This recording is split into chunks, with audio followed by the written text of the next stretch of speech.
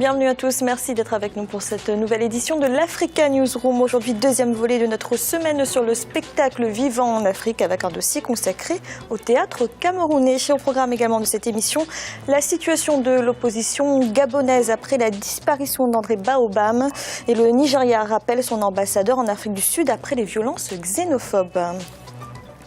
Et pour nous accompagner pendant cette émission, nos éditorialistes Daouda Tal, bienvenue. Merci Fanny, bonsoir à toutes et à tous. Samuel Gambog, bienvenue. Merci Fanny, bonsoir. Et Alfred Chongo, bienvenue. Merci, heureux de vous retrouver sur ce plateau une fois de plus. Et puis à mes très chères téléspectatrices, merci de leur accueil. Tout de suite, l'actualité du jour.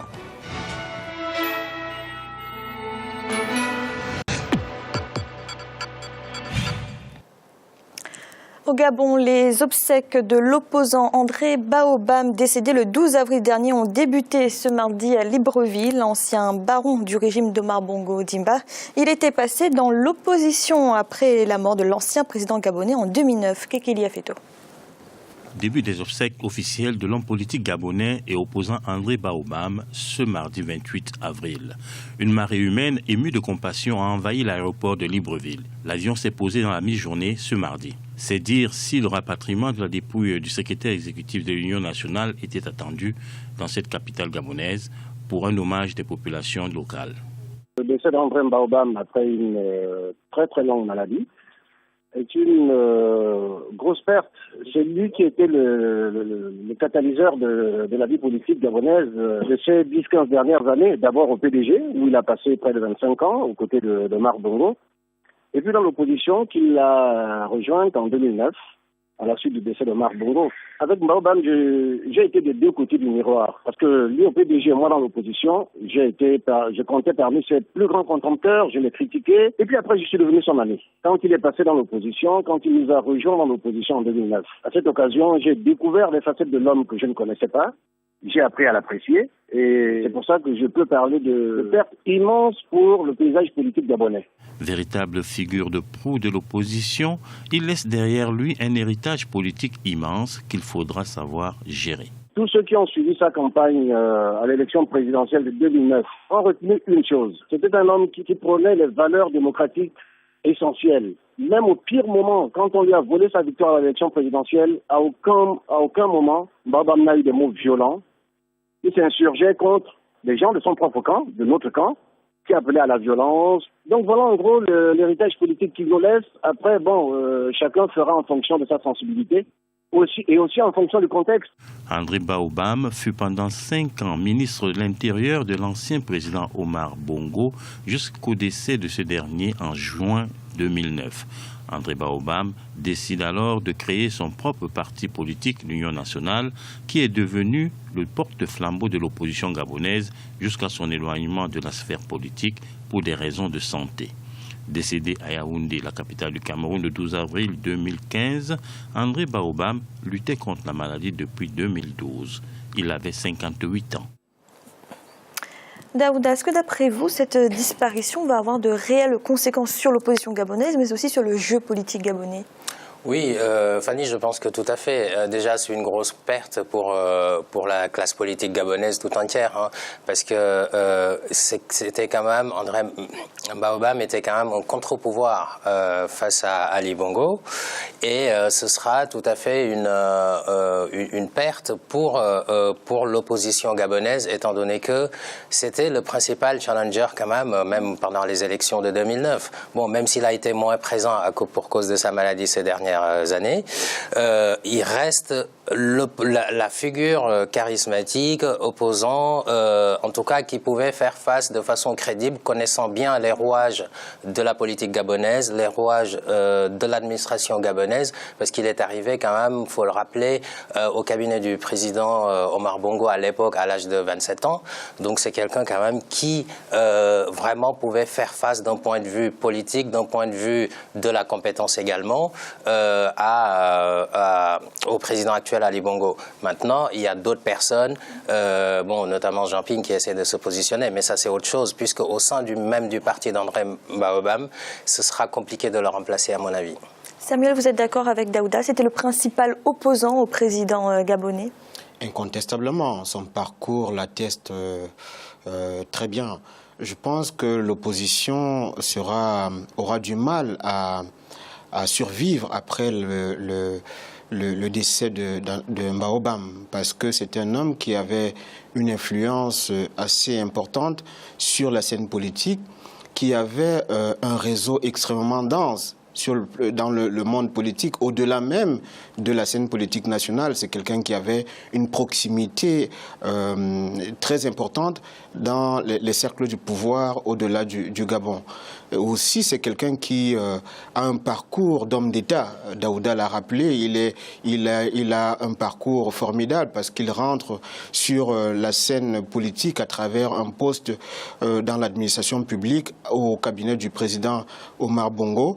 Et il a fait un parcours formidable. Il a une proximité et des réseaux au sein même de l'appareil sécuritaire national, ce que les autres membres de l'opposition n'auront pas. Il a une influence sur la scène politique, il a une proximité au sein des réseaux ecclésiastiques, mais aussi une familiarité avec les patrons des syndicats, ce que les autres membres de l'opposition n'ont pas. Donc, évidemment, cette disparition aura un impact conséquent et il est à craindre une implosion de cette opposition parce qu'il y aura la guerre de couteaux après cette disparition. Jean Ping qui veut se positionner sur une coalition de l'opposition, mais la colonne vertébrale de l'opposition qu'est l'Union nationale ne bénéficie pas au positionnement de Jean Ping parce qu'il n'a même pas une carte de ce parti. Donc il est difficile aujourd'hui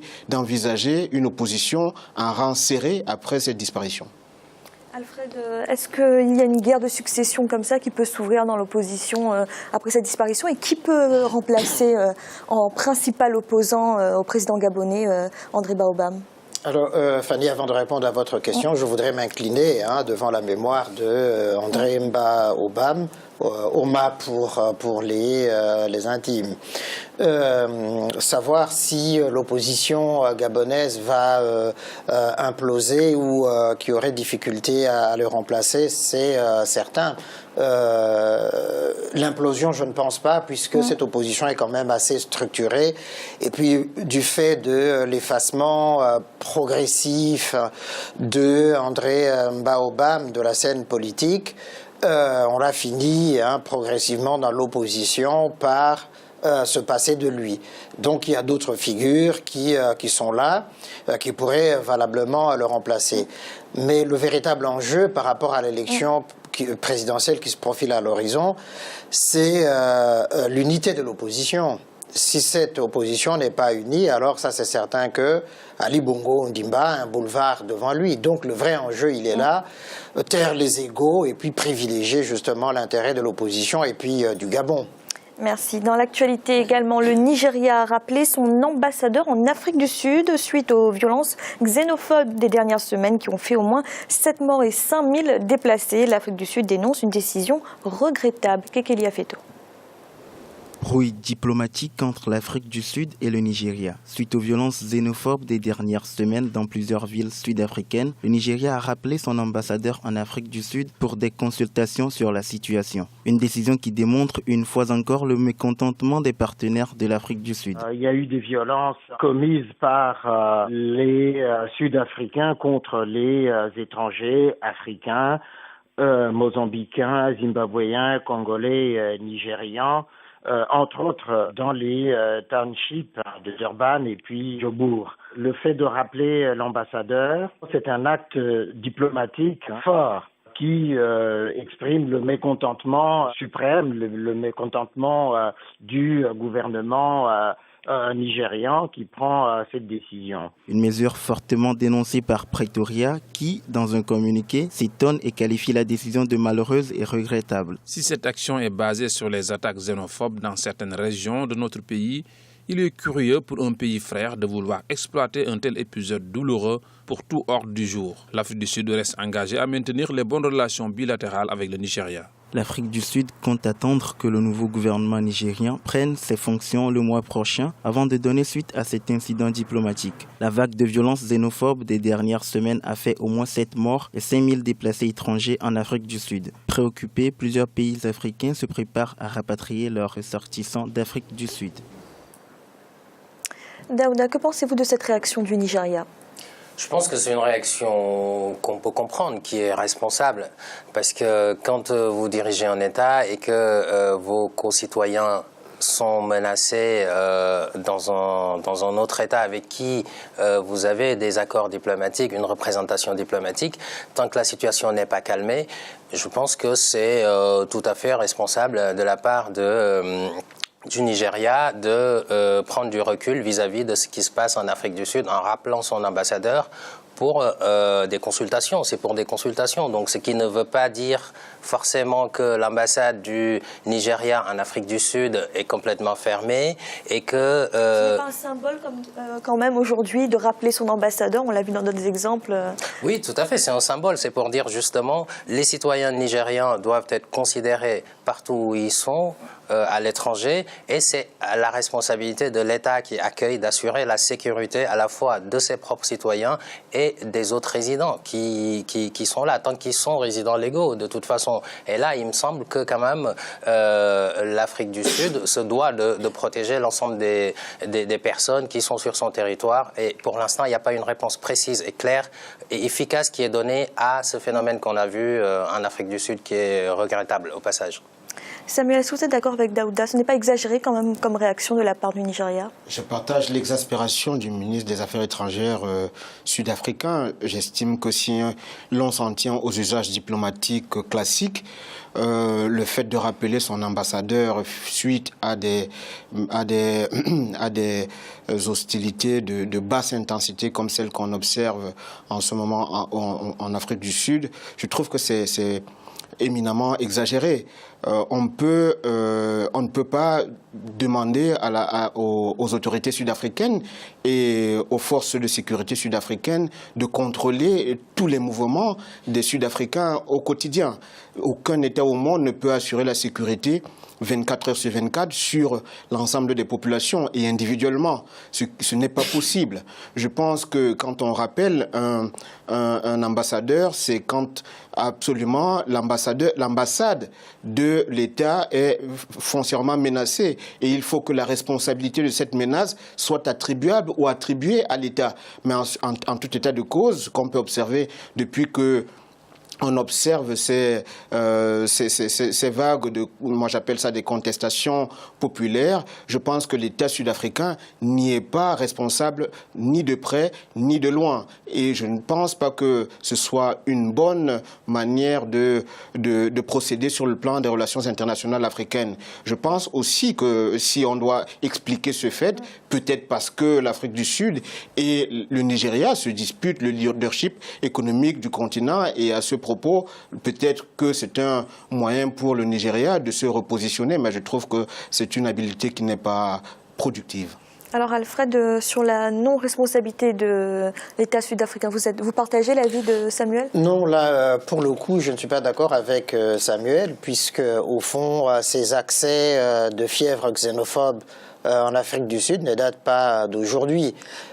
C'est la énième fois où l'on voit effectivement la population sud-africaine, mais surtout les jeunes qui sont au chômage, qui sont désœuvrés, dont l'État sud-africain n'a pas su s'occuper et dont l'État sud-africain a été incapable d'apporter des réponses à ces attentes, malgré les campagnes que Jacob Zuma a fait justement par populisme à destination de ces populations des townships. Je pense effectivement que la responsabilité de l'État sud-africain est engagée totalement. Maintenant, on peut aller au-delà de ce phénomène-là, se dire que c'est vrai, la réaction épidermique du Nigeria peut poser problème, mais en réalité, il s'agit là quand même d'un appel fort. Alors pour le coup, sur la question du leadership, je suis tout à fait d'accord, mais c'est à amener l'Afrique du Sud à prendre à bras-le-corps la question sociale, la question socio-économique des Sud-Africains. Ça éviterait justement que les étrangers soient des boucs émissaires justement de cette impéritie, de cette malgouvernance au fond sud-africaine. Merci messieurs. Nous allons marquer une courte pause un instant, la deuxième partie de l'Africa Newsroom. À tout de suite.